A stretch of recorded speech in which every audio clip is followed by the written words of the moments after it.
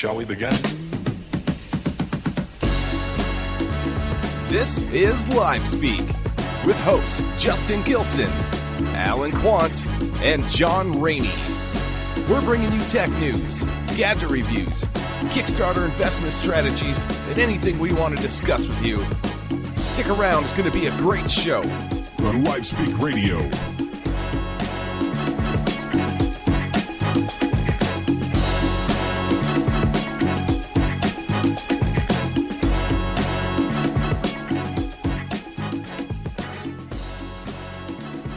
Welcome, everybody, to Live Speak Radio. It is June 1st, 2014. With me, as always, it's Alan Quant, and today also is John Rainey.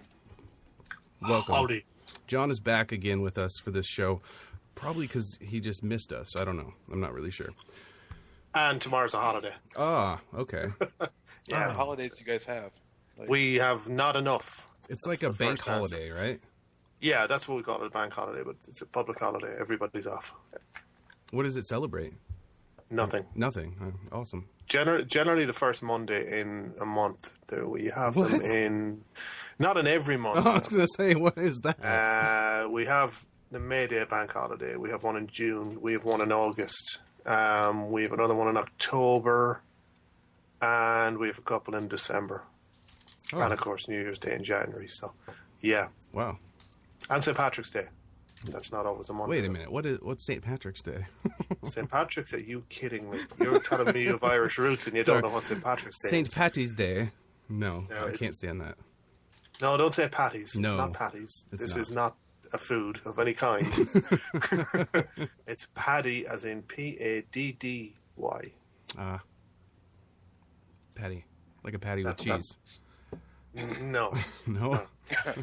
So, yeah. So how do we get onto food from holidays anyways? Oh, that's how, we always get on to food. Why not? No, yeah, tomorrow's a holiday here. Yeah, that's good. We don't have a holiday tomorrow. Ours was last week. Was it last week? Can't remember now. Memorial Day. Yeah. Memorial Day, yeah. Yeah. That was Is that a ours. public holiday? It is? Yeah, it is. Banks are Right. closed. It's, what do they call that here? A national holiday or a government holiday? Federal. Yeah. Well, Federal holiday. Right. That's what they call them. Most and companies. does it fall on the same day every year? Same date? Or You're asking the wrong guy. I have no Well, idea. It was what day was it on last week? It was on a Monday. On a Monday. So Pretty sure it's always on a Monday. Okay. Yeah. I'm so retarded when it comes to that stuff. I have no idea. If I didn't have like Google alerts or something to tell me that it was Mother's Day, or I wouldn't have a clue. I just don't know. All that's important is that you don't have to work. Right. That's all you need to know. The main question is, do we get the day off? Yes or no? Exactly. And if it's yes, then all right. It's a good holiday. I like it. Yeah. You know, I could ask for tomorrow if they have the WWDC.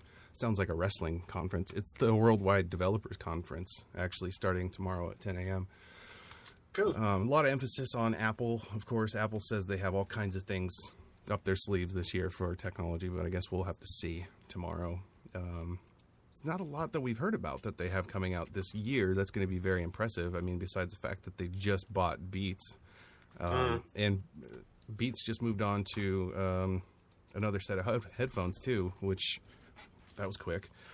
We can talk about that in a second. But the WWDC, we do have a link if you want to watch it online tomorrow at 10 a.m. Pacific time. Just go to livespeakradio.com, click on Tech News, and there's a link there for to watch the So WWDC.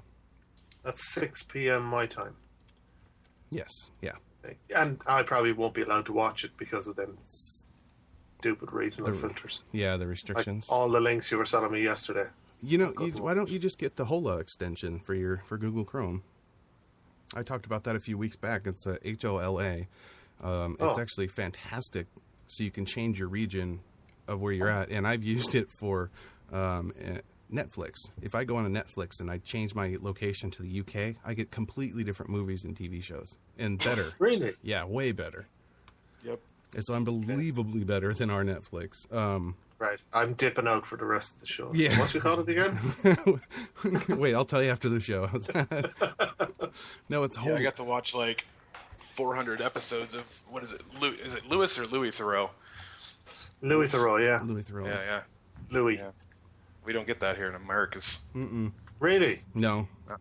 There's a lot of stuff that we don't get here that is really, really good. Like, well, for a while, like I was talking about Top Gear, UK version. Yeah. I'm sure that was here for a little bit on BBC America, but that's a great show. But yeah, the Netflix, it works. I don't know what other countries work well with Netflix, but I just always do UK and then end up with a whole bunch of cool stuff. It does take a while because you're connecting to them over in the UK. So Yeah, it's definitely for us, sometimes it's slow. It definitely struggles sometimes. Yeah. But it's I love that. I love that extension. Only thing I can say though in Google Chrome is ever since I installed it, I've just had mysterious things happening in Chrome, and I can't tell if it's just Chrome or if it's the extension. So I've uninstalled the extension and let it go, and the problems continue. So I have no idea if that did it or not. What it did was it's loading web pages. I have to load them twice basically, because the first time it comes up, it doesn't come up with any CSS. So there's no styling on the website. So I have to do a Control F5 or a Shift F5 to refresh it and clear my cache. It's like it struggles with bringing up a current version of websites or something. It's strange. Wow. But I don't know if it was that or if it's from other extensions, because who knows? What if you've uninstalled it and disabled it or whatever? It's obviously not it. There's something else. Well, I did that, yeah, and it continued to keep doing it every so often. Not as often, but so who knows? I haven't noticed it now, and I use Chrome all the time. Well, we can. I'll tell you more about that here in a second, but we're going to go ahead and welcome IndianaTalks.com to the show. So we'll be right back here on LifeSpeak Radio. You are listening to John, Justin, and Alan on LifeSpeak Radio.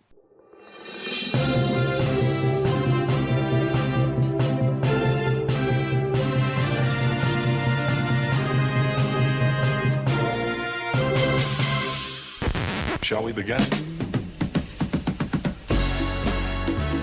This is LiveSpeak with hosts Justin Gilson, Alan Quant, and John Rainey. We're bringing you tech news, gadget reviews, Kickstarter investment strategies, and anything we want to discuss with you. Stick around, it's going to be a great show. On LiveSpeak Radio.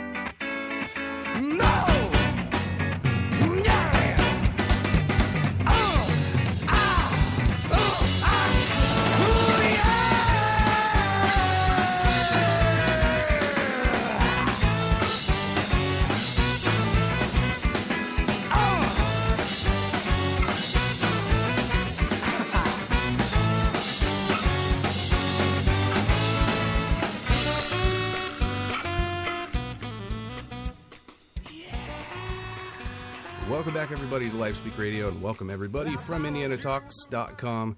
We're talking tech and any other kind of gibberish that we can think of. We were talking about the HOLA extension. I want to go over this again for people because it really is fantastic, and I don't think it's doing anything wrong, illegal. It shouldn't be. I mean, you're just basically trying to connect somewhere else. But what it does is it just changes where you're located, basically. So you run this program. It's an extension for Chrome. You go to something like Netflix or even YouTube, where the region filters are on there, where they block content, and you can click the extension and select a different place. You can UK, United States, whatever. So John, I think you should go on there and select the United States. Do you have Netflix? I don't actually, no. Well, maybe we'll have you sign in or something under mine, but you have to see it. You've got. Can I use your credit card? No, God, no. There's nothing on it. Does it stop dogs from barking? No, no, it doesn't. No, I'm sorry. But it is a great little extension, and I was saying that with there's been a big thing with ad block lately, and I'm guilty of it. I use ad block every so often, but I don't use it on YouTube. I do turn it off for YouTube. I don't think that's fair, but other things I do run it. But I also offer to donate to the places that I don't run their ads.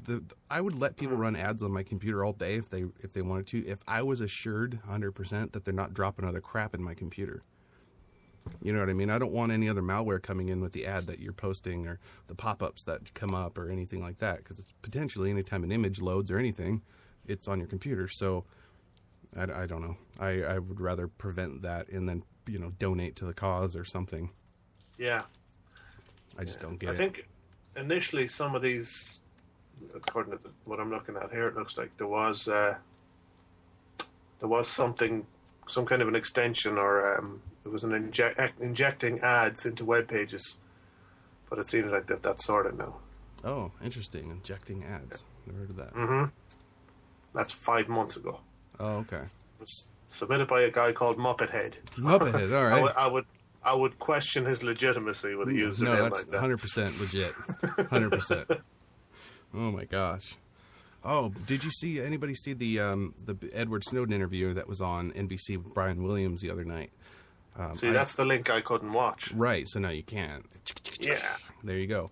Perfect. It was really good.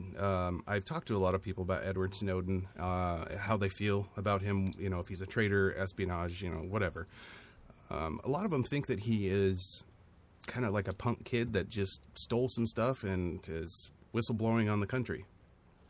But this interview, and I'm sure they cut a lot of it out that we don't see, but he did a fantastic interview. He was a very brilliant person, and his whole family's been, his grandfather was in the FBI, his father was in the NSA. He's in the NSA, obviously. So there's a whole history of that. So if you think of that generation of family, do you really think Edward Snowden would do something to harm the country that he's from? No, not at all. And he makes that very clear. He says, I'm completely against terrorism. And he's like, I just thought we as people should be, included in some things that are violating our rights. We should know, and it shouldn't be happening. Absolutely. So he let that out. And the interview, there's a link. I'll put it on our website, or you can, of course, just go find the YouTube version. But it's 6 parts that they cut up on Engadget's website. I like that Engadget a lot, so I go there and watch it. But it was fantastic. And I would play some on here, some audio from it, but I don't really want to knock on my door tomorrow, so we'll leave it at that. You can go and check it out. It's not real long. Each of the clips, I think there were 6 of them. They were about 5 minutes each, so it's a half-hour interview. Really, really good. I want to find more stuff on him. And they asked him, there's some things that they talked about with him, too. And there was some memorable quotes that he mentioned. Like, one was, I have no relationship with the Russian government at all. Because people think that he's met Putin, that he has, wiggled his way in there because he knows people in the government. And he doesn't. I'm not a spy. I just came over here because that's where I could go. I think his visa's up soon, isn't it? Yeah, it's getting close. I cannot remember how long he had. We talked about this about a month ago. And I don't remember how long his visa was left. But, the interesting thing is he went initially to Hong Kong, and where he wasn't supposed to be able to get to begin with. And then he left Hong Kong and somehow made it to Russia when he wasn't supposed to be able to do that. So I'm not sure. Yeah. You have 3 generations, maybe more, in his family of government secrecy. I think he knows how to get around. Mm-hmm. So I just think it's crazy that talking about espionage and being a traitor to America, and the very thing he's doing, I think, is protecting Americans by letting us know what in the hell is going on. But I thought that was one of the stipulations of his entry visa, that he wasn't to release any more secrets. Into Russia? Yeah, well, I think that was one of the Russian, one of the criteria. They said that they would grant him asylum. I don't know if that's the correct word or whatever, as long as he stopped releasing secrets. I don't know. Honestly, I don't know. I didn't hear that before. Now that may have changed. That I remember that coming out at the time, but obviously he's agreed to something if they let him stay. Yeah. Yeah. And, they asked him too, Brian Williams asked him, he said, these documents that you have, could you access them right now? If I give you a laptop, in the internet, of course, could you electronically access the files that you have? And he said, no, there's no way.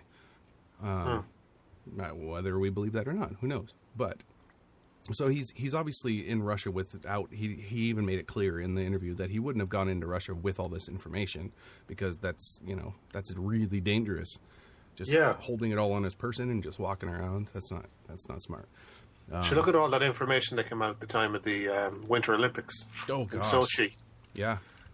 Well, it's privacy. They said that Russia was they're one of the best. I mean, if you have a lot of money, this is what Edward Snowden said. If you have a lot of funding and you are like Russia, United States, China, as soon as you go into their country and you have a cell phone, as soon as you turn that on, they can pretty much know everything about you. And of course, they can turn your phone on even when it's off. And he put that into very clear explanation of how, that's what they do. You take a phone that's like Brian Williams had one that he brought into the country that was a burner phone because he didn't want his personal phone taken with him when he went to the Olympics. But who knows? He searched for something on a hockey game, and then by just doing that, they can find out that, he likes hockey, but when did he actually look for that? Where was he at when he did it? And there's so much information that comes from that little device that we carry. I mean, it is unbelievable. But what you and I take for granted, I spent probably a total of a month in Russia myself, and you can't stay in any place for more than 3 days without notifying and dropping your passport off at the local police station. Oh. So your movements are restricted. Wow. As well as I'm sure you're being listened in on. It's a really, really strange sort of a setup to get used to. When you're used to freedom of movement and things like that, it's just different. Yeah, it is. I don't know, after riding that bike for so long, I don't have much freedom of movement anymore. Sorry. I don't know enough about Snowden. I'd had to chime in on something. I saw my opportunity. I forgot that you had that broken seat issue and now a broken butt issue. Everything's broken now, right? Yeah. Yeah, somebody told me I just need to get it calloused, and that just doesn't sound like something I really feel like doing. That would be very strange to have a calloused buttock. I guess to get it calloused. My rear. Oh, okay. I think that's going to extremes just to ride a bike, man. I'd be getting a better seat or something. I mean, it's one of those things where it wouldn't feel very attractive. Not that anybody's really seeing that part of my body, but right. This doesn't make you feel very good. You got little rough spots on your rear.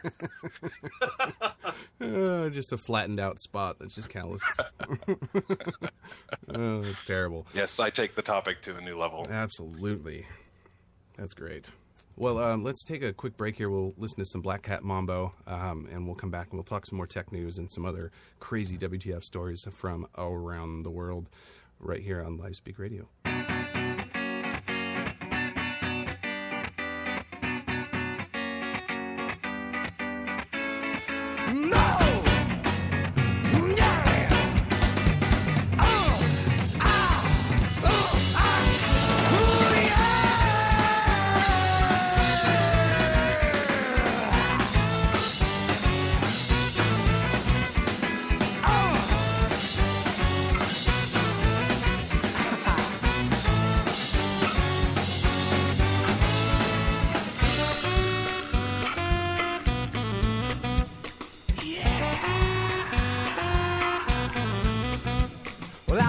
You through the burning fields and down in the valley, whoa, where every bone and atom my own told me never to go.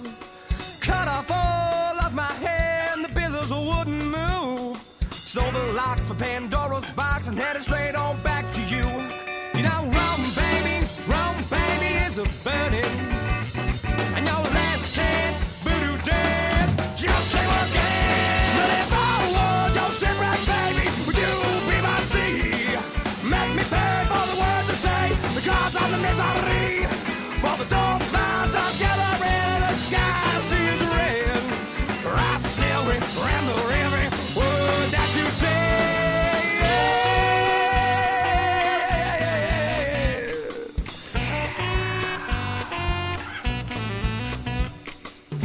Ave Mary, quiet contrary, tell me how does your garden grow? With poppy seeds, my love in the breeze, from the 7 seas to Rome. But Mary, Mary, won't you let me in? You know I'm dying to drink the wine. She said it's cursed, it'll quench out your thirst, never's evil in the vine. But Mary, it's already on my lips, drunk from your fingertips. But if I want your shipwreck, baby, would you be my sea? Make me pay for the words to say, because of the misery of the storm clouds of gathering in the sky. She is red. I still remember every word that you said. And I will Lord in the hills, whiskey, water, and pills. My baby, she know it's a pleasure that kills.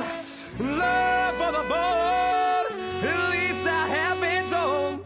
She's courageous and loving, exhausted and cold.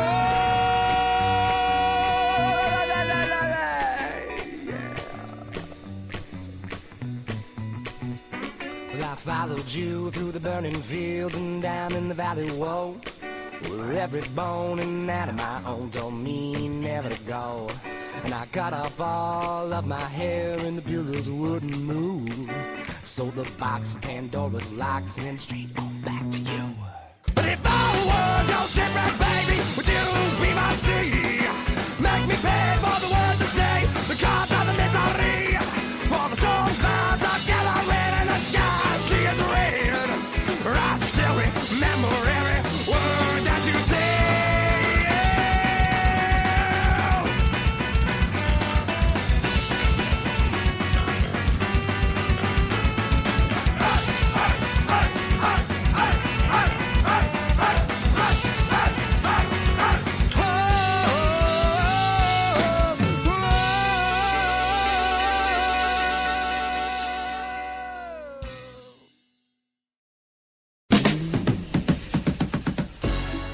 Hey everybody, this is John from LiveSpeak Radio.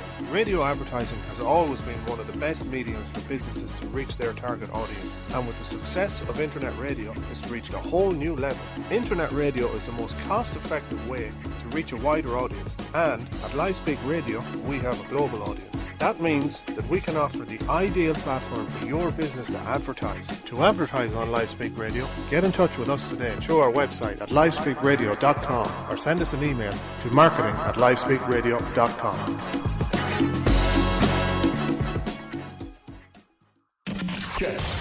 This is the one you've been waiting for. Check this out. Assume the position. Mixing it up.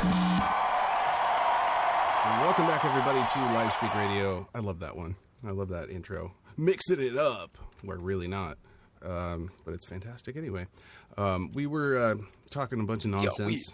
We are. I threw in Bikes with Snowden. Yeah. That's like a remix. Yeah. There you go.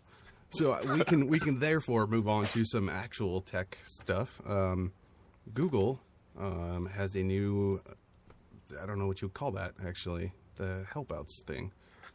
What do you? It's newish. Newish. It's actually been around since November of last year, I guess. Yeah, but, when you told me that, I was like, "That's strange." Okay. Yeah, I hadn't heard of it either, and it's basically using, or at least I haven't been able to try it yet. I'm still waiting for my listing on there to be reviewed. Mm-hmm. But from what it seems, it's taking advantage of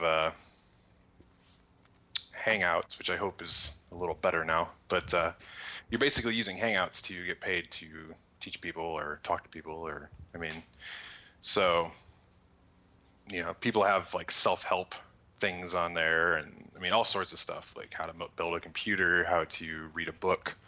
It's like Udemy. I mean, the same kind of topics, only live help. Mm-hmm. And it can be, I believe it can be more than one person at a time. I would think so. I think I read. I mean, if you're using Hangouts, that would be the point, right? Right, and then then each person pays you by the minute, which is different than what I do on my own, whereas I go by the hour. Mm-hmm. And mm-hmm. I like that kind of because it's that depends on how much of a cut Google takes, but right, it's gonna be the standard 70-30. Yeah, right. Not be any more than Udemy anyway, I wouldn't think. No. Yeah, right. So, yeah, what can you go more than 0%? No, not yet. We'll find out in the next month. Yeah, when they change But something yeah, else. so like with mine, it's great and I get paid by the hour, but there's a lot of times where it goes over a little bit, and and sometimes I just like to keep going. Yeah, but for do you next charge 10 them? minutes or something, right? And I generally don't. Right. I just go by the hour. Now, if it gets to be like 20 minutes to a half hour, it's like we should, are we doing another hour here? Yeah. But that gives them an opportunity to say, oh wait, no, sorry, and then, and it's awkward. So this way, they are aware that the meter is running, and right. So that's pretty cool. Now I am curious to see how we get paid, whether it's like the Google AdSense and things like that, where we get paid once a month after we meet some threshold, or if we actually get paid immediately. I would hope to be paid immediately. It seems like everybody's trying to get into this online learning thing now. I mean, Harvard's got classes online now, Udemy, Skillfeed, you name it. Everybody's doing it now. YouTube, of course, is trying to kind of do that.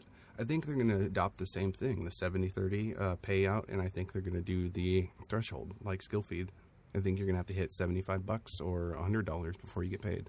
I think that's, especially since it's, I don't know, it's actually kind of old. I was going to say, since it's just starting out, that would be the smart thing to do. So you're holding people's money longer, so you're building up your net worth. But I don't know. But it'd be fine if they do it that way and tie it in with your AdSense, which I'm sure they probably will, because at least then you're pushing your threshold every month, and you're, if you're a popular helper outer, you should be reaching your limit every month.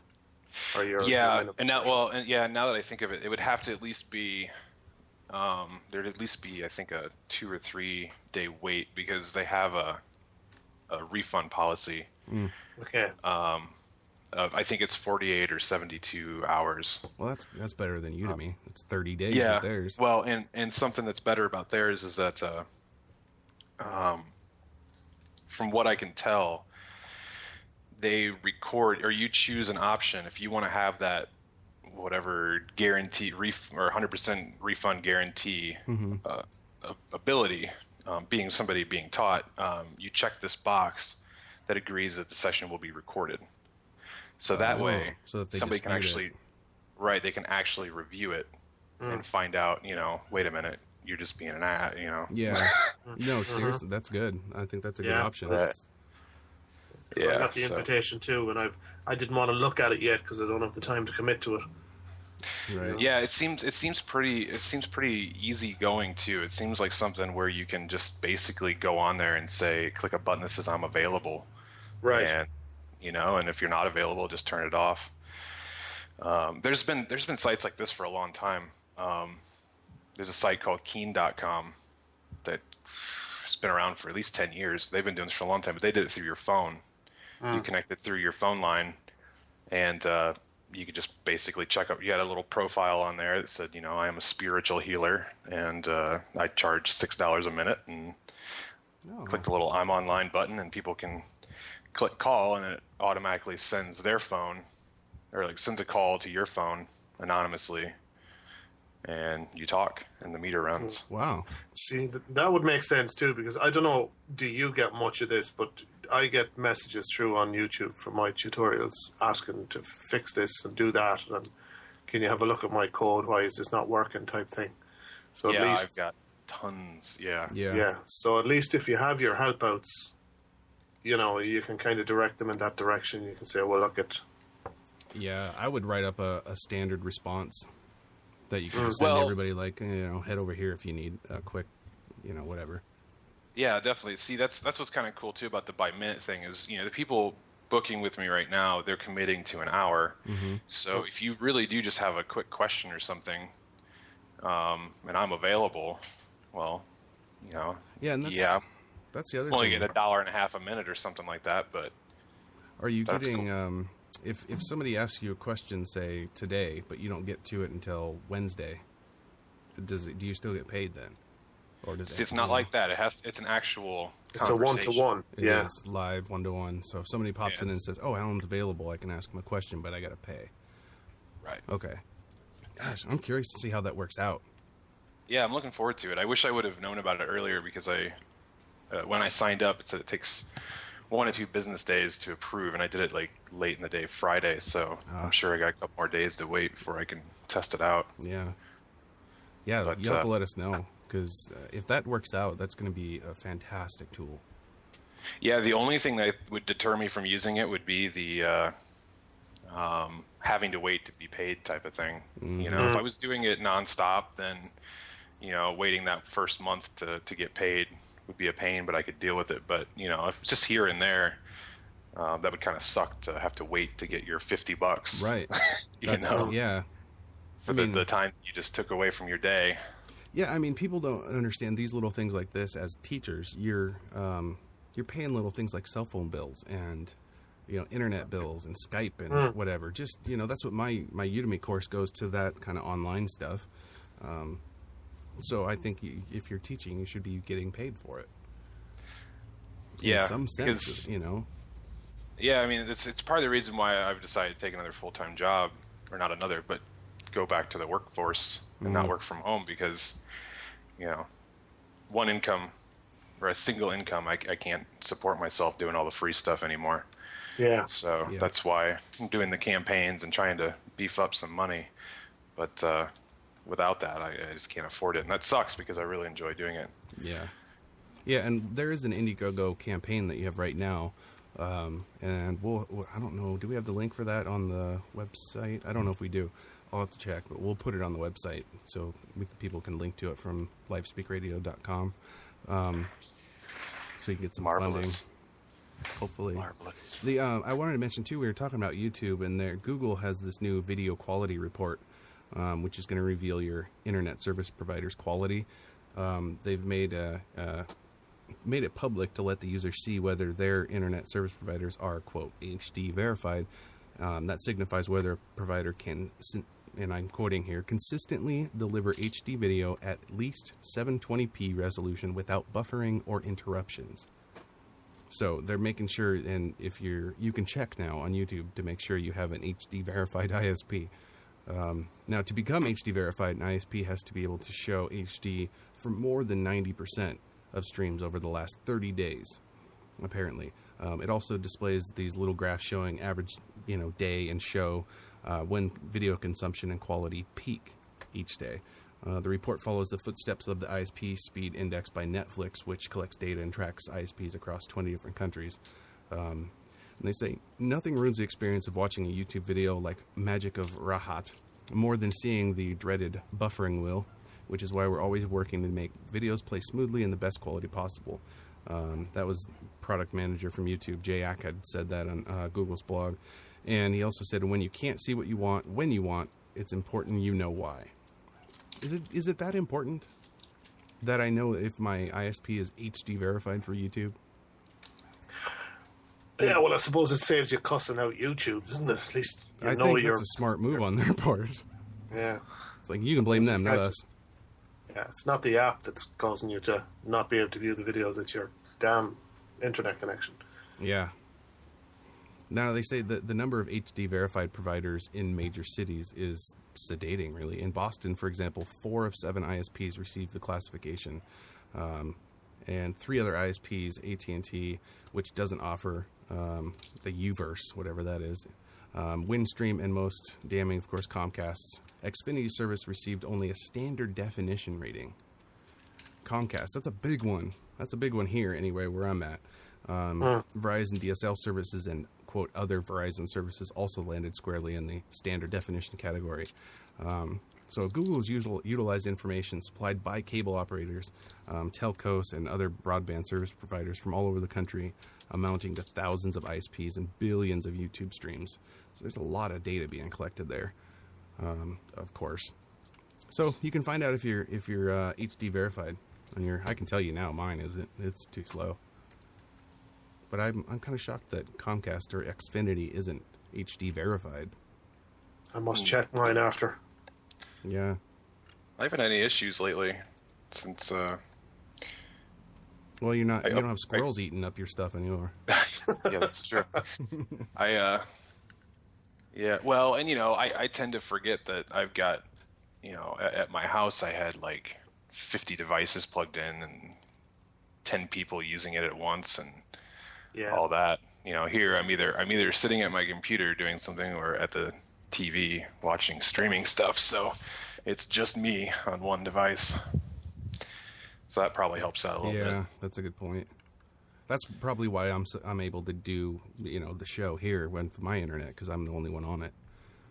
Well, yeah, see, I bet I could do that now really well. Before at the house, it was really struggling when I had to do the show. Mm-hmm. Yeah, that's good. There's an app that came out called Osmo app, and it connects apparently with real toys with an iPad game. And there's this new startup company called Tangible Play, which they've created this interesting application that will likely, you know, please parents and children. Ever since technology took over the world, kids have become more and more connected to the digital world, as we all know, ignoring real world toys in exchange for Facebook and Flappy Bird, whatever, Candy Crush, of course. But Tangible Play hopes to change this trend with Osmo, an application and hardware kit that connects real toys with an iPad. And the company has created 3 game sets that work with corresponding apps for the iPad. And they are as follows. Newton, which is a drawing app slash obstacle course. What is an app slash? A drawing app / obstacle course. Oh, I read that wrong. Thank you. Wow. Words. It's a game closely resembled Scrabble, of course, that asks players to guess the correct word based on the letters visible on the screen. And Tangram, an old-fashioned Tangram game. And you take the little pieces of the game in front of your iPad and put them all together if it's a puzzle, or build something if you have to do that.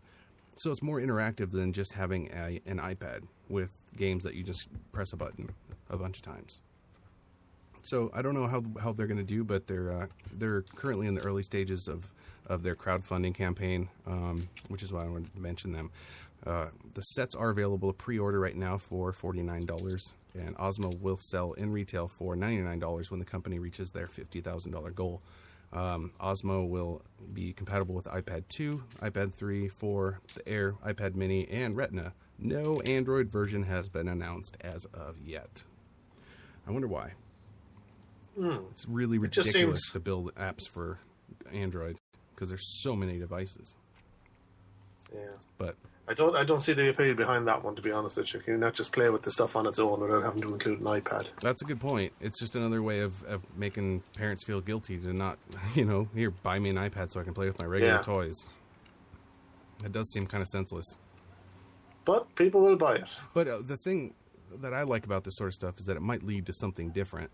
It might start out now as just games and, interactive games, but it might lead to something completely different. I mean, I'm sure the Oculus, the Rift, didn't start off as something very fun. Now it's pretty fantastic. I was reading about that in my Popular Science magazine the other day. But, that's a pretty interesting game. Only comes on the iPad for now. And I don't know, we don't have their link for their crowdfunding. I don't even know if it's on Kickstarter. I was sent this link, so I suppose it's probably dependent on their funding. If they get the crowdfunding, sorted, they probably would expand it into an Android app then. Yeah, more than likely. Launch it on the iPads initially. Yeah.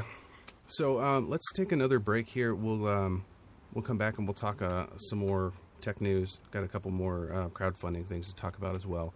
So stick with us here on LiveSpeak Radio.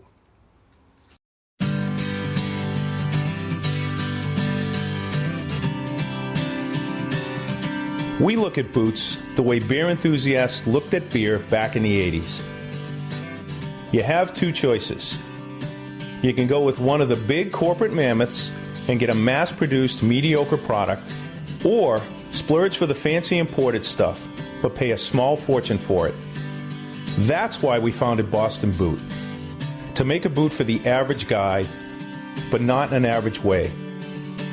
We're doing for boots what fellow Bostonians did for beer when they opened some of the first microbreweries.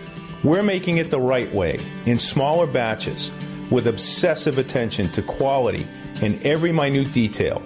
We're opening a micro-shoery. And we have the experience to pull it off. That's Chad Gombas, our designer, He has spent decades designing footwear for some of the world's top brands, arming him with the knowledge to craft a boot that combines its rugged support with the comfort of an athletic shoe. That's me, Joe Prue. I've been in the business for years. We weren't going to settle when it came to picking materials, so we went with leather from the century-old Horween Leather Company in Chicago. They're the people who provide leather for the top shoemakers in the world. This is Joe Lyons. He's here to help us work our magic and hustles every day to keep this company small so we can keep thinking big. And this is Boston. Boston is our home and our inspiration. We want our boot to be like our city, classic in its beauty and edgy in its innovation, which is why our boots have a timeless style, yet are designed differently than any other boot out there. And of course, just like Bostonians, our boots are ready for whatever Mother Nature dishes out. The only thing missing is you. We've come a long way to craft a boot that's worthy of our city's name, and with your support, we'll be able to fund the molds and materials needed to make our first production run. We're Boston Boot, and we're asking you to walk proud with us.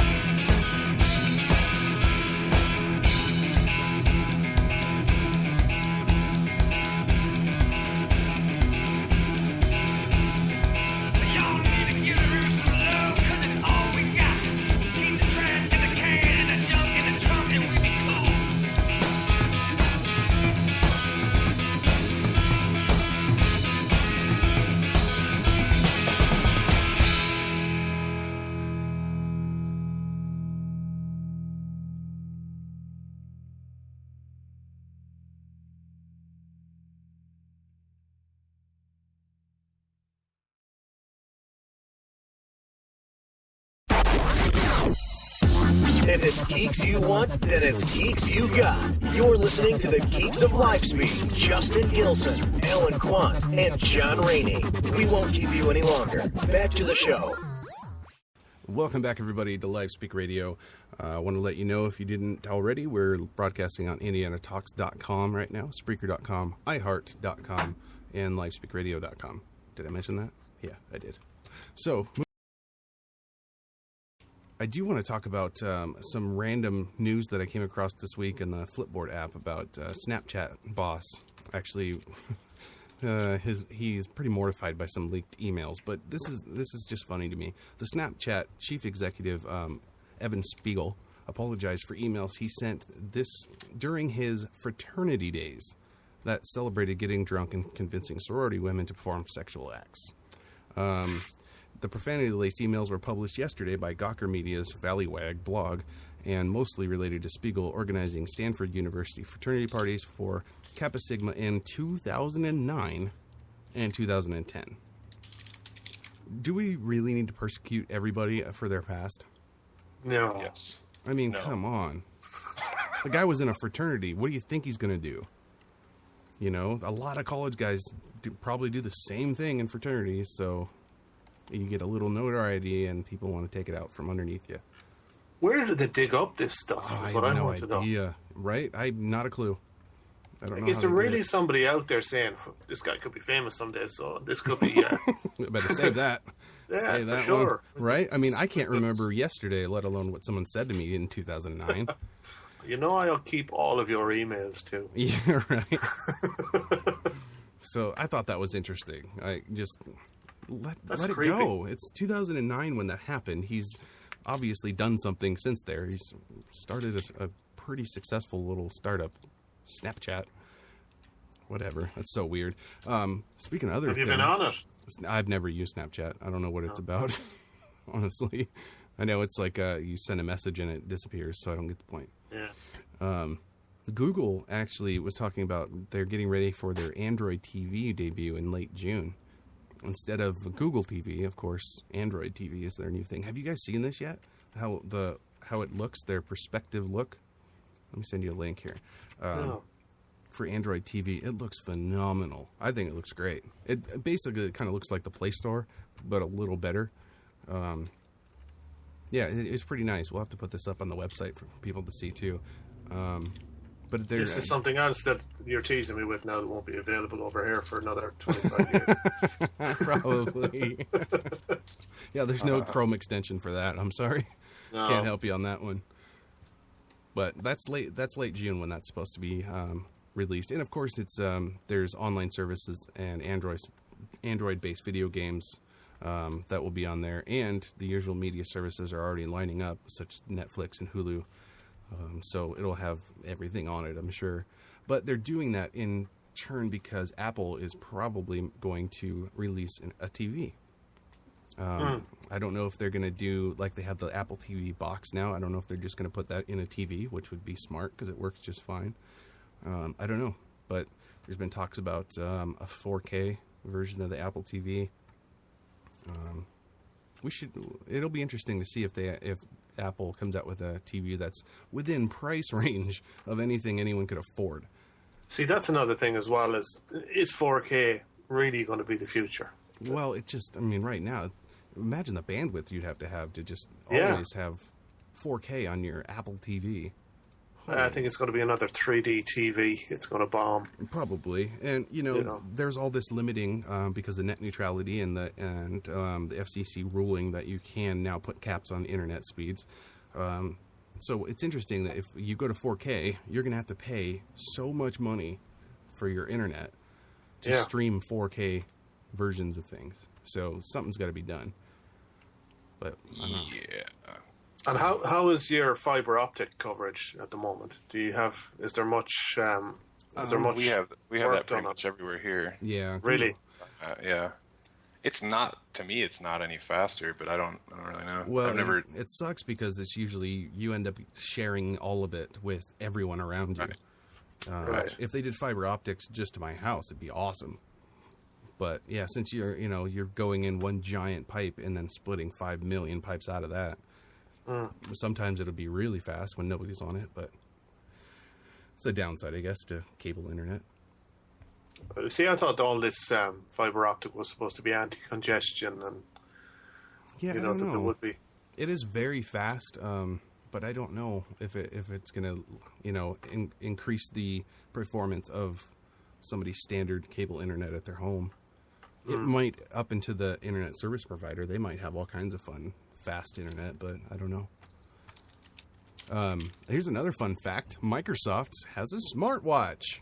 How can you use the word Microsoft and smart in the same sentence? Trust me, it felt very strange. And I'm going to surprise you even further. It might actually work with iOS and Android devices. Really? Yeah. Yeah. Wow. I don't know if they're going to get it. They're talking Microsoft jumping on the wearables bandwagon like everybody else to make a smartwatch. And I don't know. I mean, I saw this on the Digital Trends website, and it looks like any other smartwatch. It's going to have to connect to your smartphone and do everything from your phone. But Windows is really trying to create with the Surface tablet. What is it, the Pro 3 that's coming out? They're trying to make it so you can have one device for all your needs. They're really still sticking with that motto of you'll have a tablet that feels like a laptop, but a laptop that feels like a tablet, but you still have to have a phone, right? What about my desktop? What are they going to do about that? Nothing. They gave up. They pushed the Windows update back and said, well, if you don't upgrade to 8.1, then we're not giving you any more help. So right. So tell me, if you buy a new PC or laptop tomorrow, does it come with 8.1 pre-installed? Probably. I mean, there's probably still a bunch out there that don't have it installed, but as soon as you turn it on, it'll say, hey, install 8.1. Right, but is there not a time? Did you say that isn't that time expiring soon, or has already expired? It's expired twice, and they've extended it twice now. Okay. So we have another until another week or two, because it was April 13th or April 13th was the first. May 13th was it? Yeah, so we have about a week until that's up, and they'll extend it again because it's causing problems. But Microsoft, stop it. That's all I got to say. Stop. Phooey. Good Lord. Oh, and that the Apple's also talking about having a touchscreen MacBook Air, and then their TV, of course, and prototype was the 40-inch 4K TV. Well, this may be a dumb question, but do they even have it? They don't have a touchscreen computer, do they? No, they really don't, and that's why it's really strange that they're all of a sudden making their MacBook Air touchscreen. I mean, the Mac interface itself, I wouldn't imagine would be very fun with touchscreen. Well, I don't know. You obviously haven't seen. I mean, Microsoft basically ripped off of them. Yeah. With their start screen. Have you seen I forget what it's called, but their app screen? For the Apple? Yeah. No, Yeah, like if you want to get to all your apps, it pops up with a screen it basically looks like your iPad with all your little icons there, and you can scroll through them all side to side. Interesting. Yeah. So, funny how might that be another little stint in court for Apple? Yeah, that is interesting that hasn't come up yet. Yeah. No, I mean, they did not rip the interface necessarily. They ripped the idea. Yeah. I mean, it definitely looks completely different. I mean, theirs really does just look like a giant iPad screen. Yeah. Whereas Microsoft's definitely has its own look and feel. But what they did smart, of course, is they didn't make you have to use that. Right. You still have your bar at the bottom like normal and all that, but either way, getting around a Mac is confusing to me anyway. Me too. I gotta get used to using them because I think I might end up having to get one in the future if Microsoft doesn't get their crap together. I don't know. I can't go much further with this weirdness. Microsoft, stop it. Stop it. And especially like with a lot of the new PCs that are coming out, they're not. There's not a lot of room in them for expanding. For adding in extra components and right. They're coming as nearly all as well. Anyone that I was looking at in the local place here is all sealed units. Oh yeah, you can't even take the battery out of the laptops anymore. So it's going to extremely limit my options. Yeah, short of getting a custom built one. Yeah, because the expandability is just gone. I mean, you can plug in. We have a laptop at work actually that doesn't have an Ethernet port on it, and it doesn't have a VGA or HDMI port on it, but it does have little USB dongles that you can plug into the USB ports that will convert into an Ethernet or a video. So they're doing like Apple, but they're doing it through USB, and it's terrible because the Ethernet doesn't connect until Windows starts because it's got to run the USB drivers and everything. So when you have a computer on a domain like we do at work and you have to sign in with your username, it doesn't recognize you because it can't connect to the frickin' server. So you have to work around that. It's stupid. It's dumb. Another reason why they're number 4 on the most valuable list and Google is number 1. Google actually beat Apple on the most valuable global brands of 2014. Google is number 1 with a brand value of $158 million. Well, $159 million. Apple is in second place. IBM, surprisingly, is third. That was kind of a shocker. IBM? Yeah. Really? Right. I have no idea what they're making. I mean, they just must have their hand in everybody's stuff. Paper? They're making paper, printer paper. Well, unbelievable. They're always doing something. I don't think they're ever going to be the giant they used to be, but no, they are involved. I think they still have government contracts and stuff too, I'm sure. That's a good point. That's a really good point.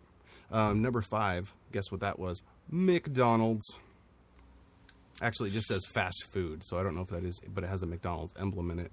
And this list, again, if you want to see it, is on our website, livespeakradio.com. It's under Tech News. You can see the list. It's 1 to 25 on our website.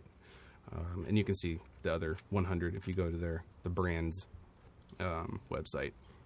But that's interesting. Visa is number 7, Coca-Cola 6. I mean, number 9 is a tobacco company, Marlboro. So they're up there. Really? Yeah. Amazon is the number 10. So your top 10 involve a lot of tech and some nicotine. Has Marlboro and the other big tobacco companies, have they gotten into the vapor stuff yet? Ooh, not yet. No, because now there's a bunch of studies, quote unquote, of course, studies coming out that the vapor is bad for you. Right. Right. So all the toxins and carbon and all that crap that's in cigarettes is good compared to this, apparently. I don't know. It would be smart of them to get into it because, like Blue, the guys that make the electronic cigarettes have blown up because they have celebrities doing their commercials now. So if they want to get back into that sort of thing, I think it's smart. You have two ends of the market there. The regular and then the electronic cigarettes. See, I mean, there is going to come a time when they're going to, I mean, it's just not going to be able to be done here anymore. Now, I have heard stories and seen documentaries where Philip Morris and like countries like places in India and stuff like that, they're selling like mad. I mean, like you have like 8-year-olds smoking. Oh my gosh, yeah. Yeah. I think I saw that on Vice one time. I think that's where I saw it too. Yeah. Yeah, it's crazy. So I guess they're not going to be completely out. But yeah, it's only a matter of time before you barely, I mean, being downtown here in my city now, I mean, if I wanted to smoke, I basically have to hide in an alleyway or something because of the rules. There's just, it's got to be 20 feet from a public entrance. So if you're walking downtown, you're pretty much 20 feet from a public entrance no matter where you're at. So you can't even really walk down the street with a cigarette anymore. They're talking about bringing in legislation here in Ireland to stop you smoking in your car if you've children in it. Oh, now that I can agree with. Yeah, but I mean, again, it's telling people that they can't do something in their own car. It's that people will hate it. I'm okay with it. I agree. If it has something to do with children, but if you are a grown adult in your car and you want to smoke, if you're a grown adult in a bar full of adults, that should be fine too. It's the business that would suffer. If people didn't like the smoke and nobody came, well then the business should be the one to decide. Okay, well maybe we should be non-smoking. Right. But I don't know. But because I have seen when you could smoke, you go into a family restaurant and you'd have like a giant family of like 15 people and half of them are children and the other half are just chain smoking. Yeah. And so are the tables next to them, so if adults can't use their noggin around their children, right, then I can see that, but yeah, maybe they do need to get fined. Maybe that money needs to go back into the town or something. Well, yeah, if you're going to fine them, put it into something worthwhile. That's the other thing I don't like here is that our taxes, I mean, the price of tobacco here, like what used to be able to get a pack of cigarettes for like $2, and that was already taxed heavily. Now it's like $6. All of that is taxed. It doesn't cost any more or less to make tobacco. Right.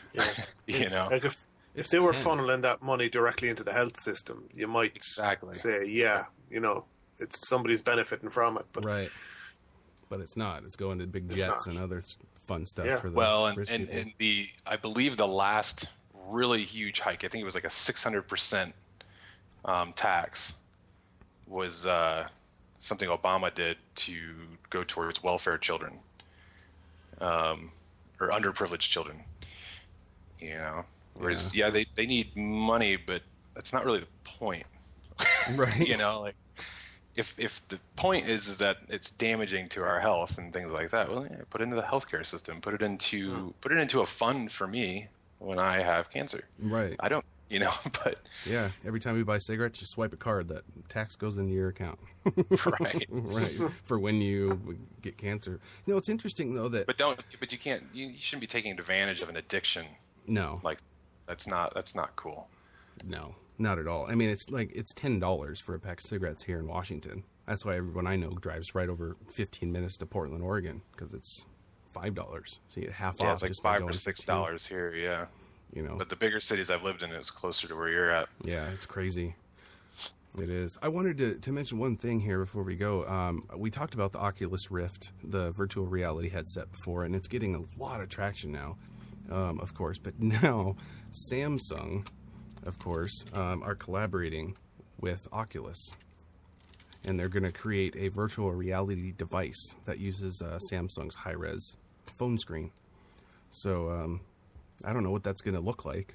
I have no idea, but they're supposedly making some kind of virtual device that you can take around with you. According to the report, the partnership between the two companies will give Samsung early access to Oculus's mobile software development kit, while Oculus will get early access to Samsung's next generation OLED screen with a resolution higher than 1080p. And bizarrely, Samsung's Galaxy S4 based virtual reality headset prototype supposedly doesn't have a dedicated display. Instead, you just slide your phone into the headset with built-in movement sensors and use the phone screen as a display.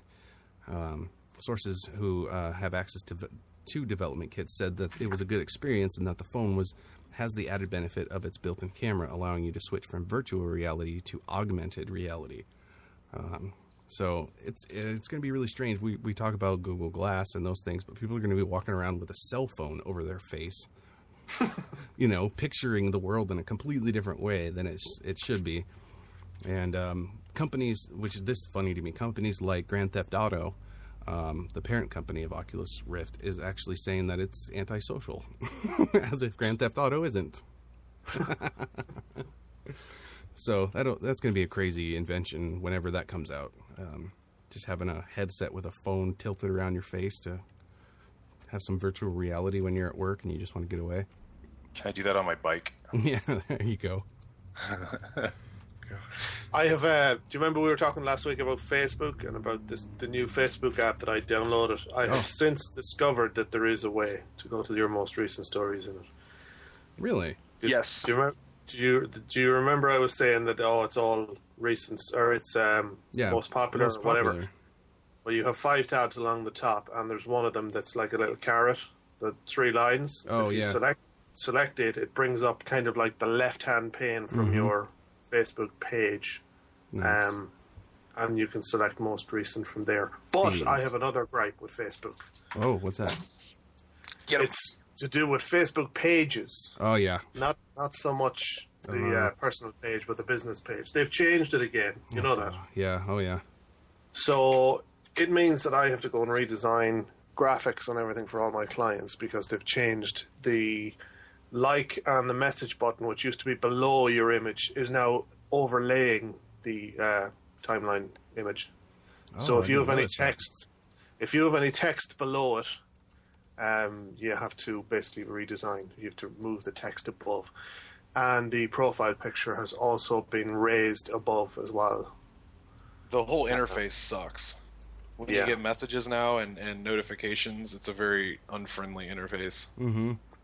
The way they had it before was much better. I shouldn't have. They gave me the opportunity to try it out like a month or two ago, and I shouldn't have clicked yes. I don't remember ever clicking yes. Honestly. Some pages got the option. Yeah, some pages got the option to try an early version of it, and I managed something like 35 Facebook pages for different businesses and companies, and a couple of them got the invitations and others didn't. But some of them have it applied already. I clicked yes, I think, on 2 of them just to have a look, and it's not nice at all. You know, the bottom right-hand corner of the image now has your like button, the following, and the message, and all of that, and it's overlaid across the picture. Oh, you're talking about the cover image? The cover image. Yeah, the profile image, it used to be kind of half and half, kind of overlaying. It's now about 80% over the timeline picture and only about 20% hanging over the bottom. So they've changed it all. All of the information for your page is now over on the left-hand side for your likes and your invites to invite to the page and about the page. It's all down the left-hand side, and the feed then is all on the right-hand side. Mm-hmm. But yeah, I don't like it. I don't like it either. So that's my gripe. So I did have an apology to make, but I took it back as quick with the other. Very well done. Yeah, who knows what else they're going to change. It seems like every week there's another change with Facebook. Stop it, Facebook.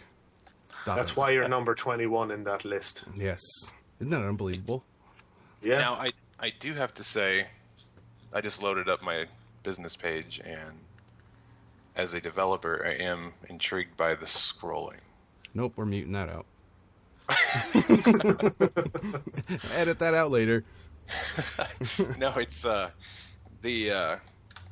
don't know, just the way it interacts as far as certain things. What are you talking about? Like the feed when it continuously scrolls once you get down to the bottom of your information. I like how one thing stops and then the other keeps going. It's all very seamless, and the whole layout's still irritating to me, but I enjoy seeing things like that because they're tricky things to pull off. Yeah. As a developer. So. No, that makes a good point. It does look layout cool, interactivity neat. Yeah. Layout interactivity. I do have to agree with you there. That is quite nice. Yeah. Yeah. There you go. Apology, and then taken away, and then another apology. So we can expect it to be built into the Atom system. Yes. Yeah. Pretty soon, do we? Video 472. Yeah. And we're I'm getting a lot of people that didn't catch the fact that that's not something that I'll ever really finish. It's just an ongoing thing, and I get a lot of people asking me now, like, when's this going to be done? I feel bad because I guess I'm on like 85 now, so people are probably getting a little overwhelmed. But that was the whole point of it, was to after like the 10th to 20th video, it's just kind of is what it is, and we can just keep adding more stuff. And the whole it's interactive too. People can tell you what they'd like to see in it, and you put it in there. Right. So, and I'm doing it in a way that you don't necessarily need to use the CMS. What I'm trying to show you is easy ways to integrate these concepts like Ajax and things like that into whatever you're doing. Mm-hmm. So that's kind of the point. So I might need to figure out a better way to deliver that message. But I don't know. It's tricky. I'm definitely still getting people definitely following it and waiting for me to put new stuff up. Oh yeah. So that's cool. It's a good series. It's good to watch because it's something new every time. Yeah. I'm an Alan Quant groupie. Me too. Yeah. Except I don't go to the lengths that John does. I did ask you for a bicycle selfie yesterday, but you never replied. I was serious, you know. Well, see, if I had that helmet with the cell phone in my face, I could have it on record and just seen the whole seat falling off incident in real time. Along with me running into things that I can't see because there's a big giant rectangle in front of my face. But I think actually it would be cool to just put that phone in front of my face and like, have it grab information for people's cell phones and stuff and figure out who sucks. And if they suck, just make them show up as a different person. I've heard some things. Make my world better. I think it would be interesting if they put in there that with the augmented reality, and they did this for a while. I think maybe it was Google. I can't remember, but you could take your phone and you could basically lift it in as your view, and if you're looking at a bunch of different shops, it could tell you what the store's names were and ratings and all kinds of stuff for that area and things that are around you. So I'm wondering if they're going to do that with this augmented reality. If you have your phone, over one eyeball or your whole face, because the phones are huge now, is it going to be able to do that using your camera, and your GPS? Is it going to tell you what's, around you? That would be nice, a nice feature. But again, you still have a phone in your face. Yeah. And you look like an angel. That is true. Right. So we'll see how they get on with that. Samsung and Oculus. I really like that. What was it? I think it was a Microsoft commercial. So I apologize for saying but I'm pretty sure I showed you both that video months back.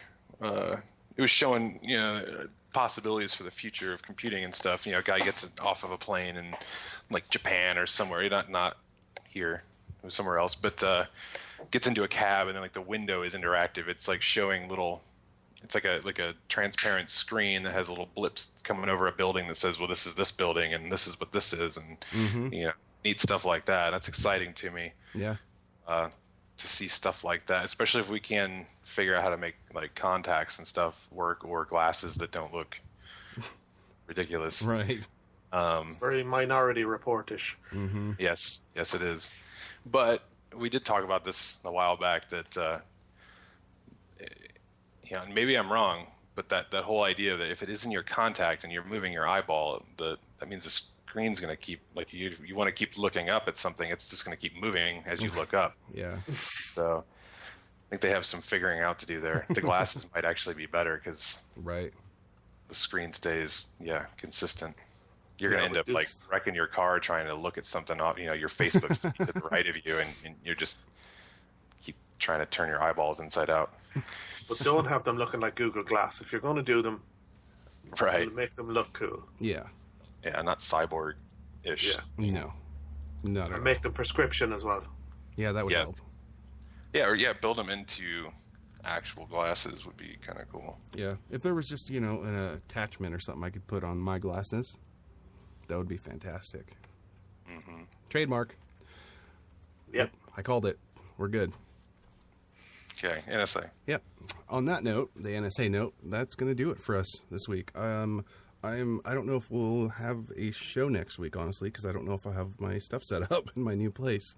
So check the website, livespeakradio.com, and check out our Facebook, facebook.com/livespeakradio for updates for next week's show and future shows as well.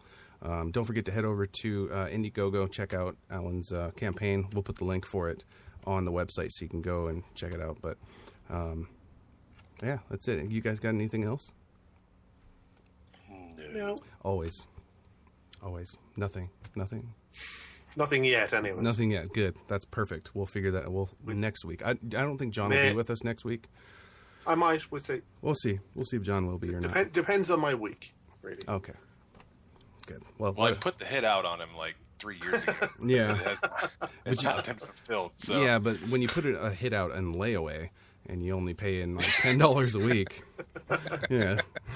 Well, why do you think I have the campaign going? Right. See, and it's also going to be linked into his Google Helpouts. Yeah. Right. Oh gosh. I help you out. You help me out. That's right. Well, it's been good. It's been fun, but it hasn't been real fun. That's it for us. So we'll see you next week here on Live Speak Radio, where we do it live. Thank you for listening to Live Speak Radio with hosts Justin Gilson and Alan Quant. Tune in next week to hear more amazing tech news, gadget reviews, and interviews. Don't be afraid to release your inner geek. Listen to Live Speak.